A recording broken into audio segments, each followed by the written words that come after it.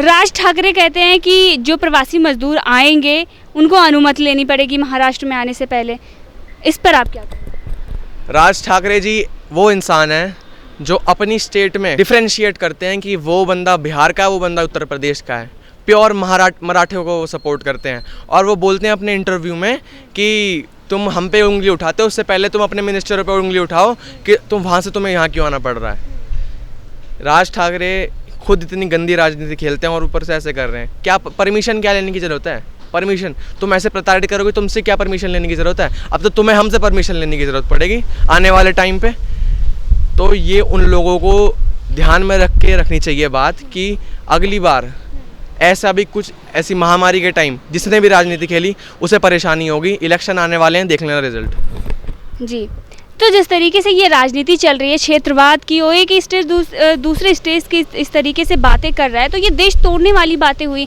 आप अगर महाराष्ट्र के पक्ष में खड़े होकर महाराष्ट्र की बात करेंगे, कोई उत्तर प्रदेश की बात करेगा, कोई बंगाल की बात करेगा, कोई बिहार की बात करेगा, तो आखिर हम भारत में रहते हैं और भारतवासी हैं। तो इस तरीके की जो बातें हो रही हैं, ये राजनीति हो रही है, आप एक छात्र हैं, आपको लगता है कि ये हमारे भारत के भविष्य के लिए सही कदम है? हमारे भारत का भविष्य, हमारा तो इतिहास इतना पुराना था। महाराज विक्रमादित्य के टाइम पूरा रशिया से लेके सऊदी अरब से लेके मलेशिया तक हमारा राज था। हम तो एक ही ट्रीट करते थे। पता नहीं कि भारत के हमारे कल्चर को क्या होते जा रहा है। पहले हमने पाकिस्तान दे दिया, हमारा आधा पार्ट हो गया। अब हम इसमें भी जितना हमारा हिस्सा बचा है उसमें भी हम राजनीति खेल रहे हैं। स्टेट वाइज हम डिवाइड कर रहे हैं कि वो राजस्थान का है, वो महाराष्ट्र का है, वो उत्तर प्रदेश का है। ऐसे तो भारत का भविष्य बिल्कुल बेकार होने वाला है। लोग प्राउड फील कर रहे हैं कि वो हम राजस्थानी हैं, हम हरियाणवी हैं, हम मराठी हैं, हम उत्तर प्रदेशी हैं।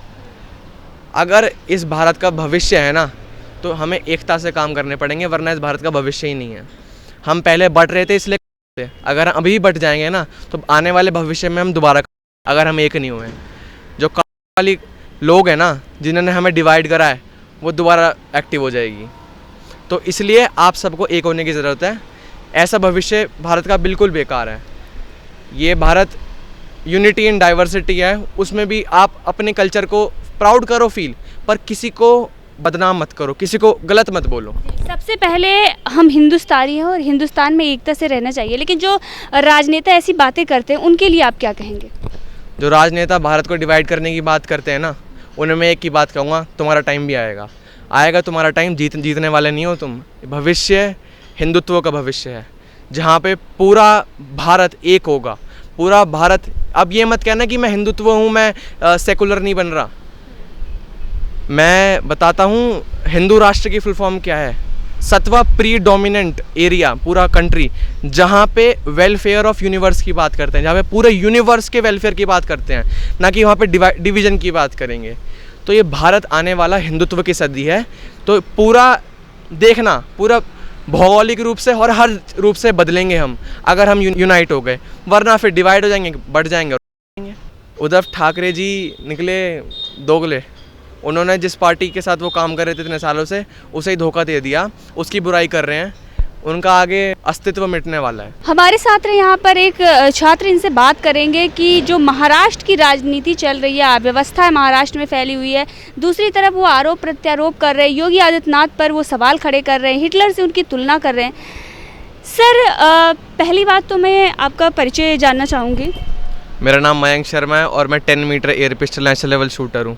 सर, जो योगी आदित्यनाथ पर उद्धव ठाकरे जिन्होंने सामना में जिस तरीके से प्रकाशित किया और उसमें उन्होंने लिखा कि हिटलर ने जिस तरीके से यहूदियों का संहार कर दिया था, उसी तरीके से प्रवासी मजदूरों के साथ सूबे की सरकार कर रही है, आप क्या कहेंगे इस पर? योगी आदित्यनाथ दूसरे स्टेट से अपने वासी को वापस लेके आ रहे हैं, दूसरे शहरों से लेके आ रहे हैं, दूसरे स्टेट से लेके आ रहे हैं। उद्धव ठाकरे अपने लोगों को ऐसी पढ़ने दे रहा है। अभी एक वीडियो वायरल हुई थी, वहाँ पे एक गार्ड ऐसे ही पड़ा हुआ है, उसे कोई नहीं पूछ रहा, उसे रोज़ काम पे बुलाया जा रहा है। वो गार्ड की मौत हो गई वहाँ पे काम करते करते। ना कोई हॉस्पिटल में कोई पूछने आया, ना कोई एम्बुलेंस आई, ना कोई उसे देखने आया। ये हो रहा है महाराष्ट्र का हाल।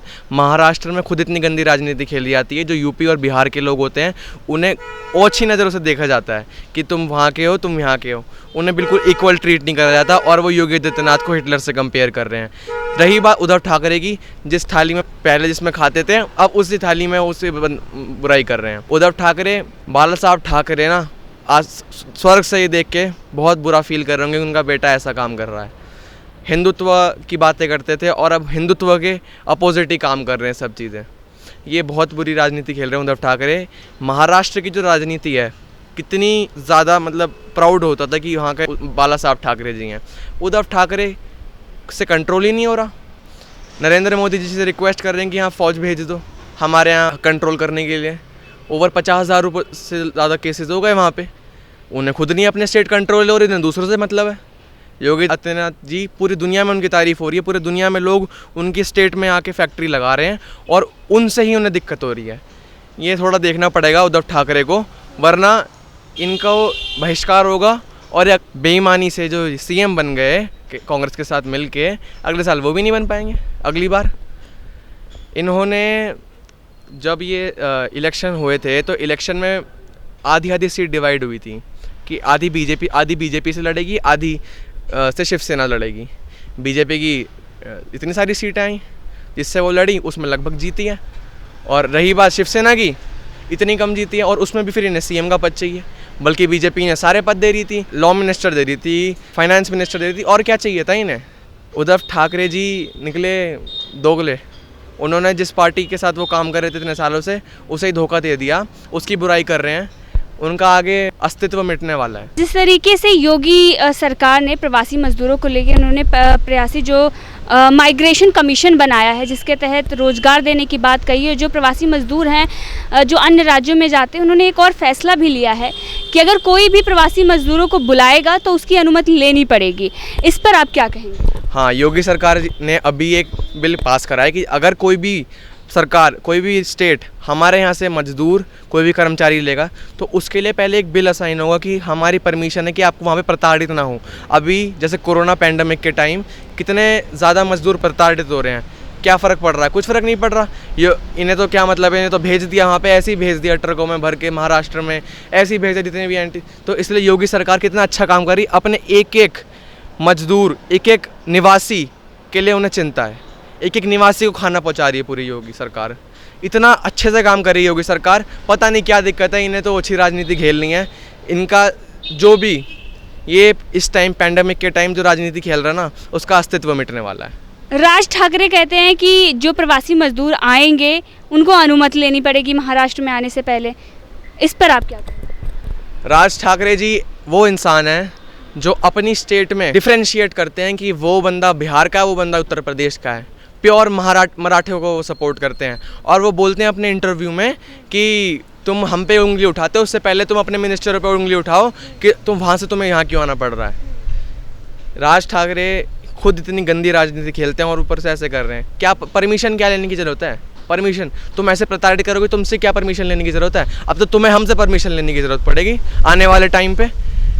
तो ये उन लोगों को ध्यान में रख के रखनी चाहिए बात कि अगली बार ऐसा भी कुछ, ऐसी महामारी के टाइम जिसने भी राजनीति खेली उसे परेशानी होगी। इलेक्शन आने वाले हैं, देख लेना रिजल्ट। जी, तो जिस तरीके से ये राजनीति चल रही है क्षेत्रवाद की, वो एक स्टेट दूसरे स्टेट की इस तरीके से बातें कर रहा है, तो ये देश तोड़ने वाली बातें हुई। आप अगर महाराष्ट्र के पक्ष में खड़े होकर महाराष्ट्र की बात करेंगे, कोई उत्तर प्रदेश की बात करेगा, कोई बंगाल की बात करेगा, कोई बिहार की बात करेगा, तो आखिर हम भारत में रहते हैं और भारतवासी हैं। तो इस तरीके की जो बातें हो रही हैं, ये राजनीति हो रही है। आप एक छात्र हैं, आपको लगता है कि ये हमारे भारत के भविष्य के लिए सही कदम है? हमारे भारत का भविष्य, हमारा तो इतिहास इतना पुराना था। महाराज विक्रमादित्य के टाइम पूरा रशिया से लेके सऊदी अरब से लेके मलेशिया तक हमारा राज था। हम तो एक ही ट्रीट करते थे। पता नहीं कि भारत के हमारे कल्चर को क्या होते जा रहा है। पहले हमने पाकिस्तान दे दिया, हमारा आधा पार्ट हो गया। अब हम इसमें भी जितना हमारा हिस्सा बचा है उसमें भी हम राजनीति खेल रहे हैं। स्टेट वाइज हम डिवाइड कर रहे हैं कि वो राजस्थान का है, वो महाराष्ट्र का है, वो उत्तर प्रदेश का है। ऐसे तो भारत का भविष्य बिल्कुल बेकार होने वाला है। लोग प्राउड फील कर रहे हैं कि वो हम राजस्थानी, हम हरियाणवी हैं, हम मराठी हैं, हम उत्तर प्रदेशी हैं। अगर इस भारत का भविष्य है ना, तो हमें एकता से काम करने पड़ेंगे, वरना इस भारत का भविष्य ही नहीं है। हम पहले बट रहे थे इसलिए, अगर हम अभी बट जाएंगे ना तो आने वाले भविष्य में हम दोबारा, अगर हम एक नहीं हुए, जो वाली लोग हैं ना जिन्होंने हमें डिवाइड करा है, वो दोबारा एक्टिव हो जाएगी। तो इसलिए आप सबको एक होने की ज़रूरत है। ऐसा भविष्य भारत का बिल्कुल बेकार है। ये भारत यूनिटी इन डाइवर्सिटी है, उसमें भी आप अपने कल्चर को प्राउड करो फील, पर किसी को बदनाम मत करो, किसी को गलत मत बोलो। सबसे पहले हम हिंदुस्तानी हैं और हिंदुस्तान में एकता से रहना चाहिए, लेकिन जो राजनेता ऐसी बातें करते हैं उनके लिए आप क्या कहेंगे? जो राजनेता भारत को डिवाइड करने की बात करते हैं ना, उन्हें मैं एक ही बात कहूँगा, तुम्हारा टाइम भी आएगा, आएगा तुम्हारा टाइम, जीतने वाले नहीं हो तुम। भविष्य हिंदुत्व का भविष्य है, जहाँ पे पूरा भारत एक होगा, पूरा भारत। अब ये मत कहना कि मैं हिंदुत्व हूँ, मैं सेकुलर नहीं बन रहा। मैं बताता हूँ हिंदू राष्ट्र की फुल फॉर्म क्या है। सतवा प्रीडोमिनेंट एरिया, पूरा कंट्री जहाँ पे वेलफेयर ऑफ यूनिवर्स की बात करते हैं, जहाँ पे पूरे यूनिवर्स के वेलफेयर की बात करते हैं, ना कि वहाँ पे डिवीजन की बात करेंगे। तो ये भारत आने वाला हिंदुत्व की सदी है। तो पूरा देखना, पूरा भौगोलिक रूप से और हर रूप से बदलेंगे हम, अगर हम यूनाइट हो गए, वरना फिर डिवाइड हो जाएंगे, बढ़ जाएंगे।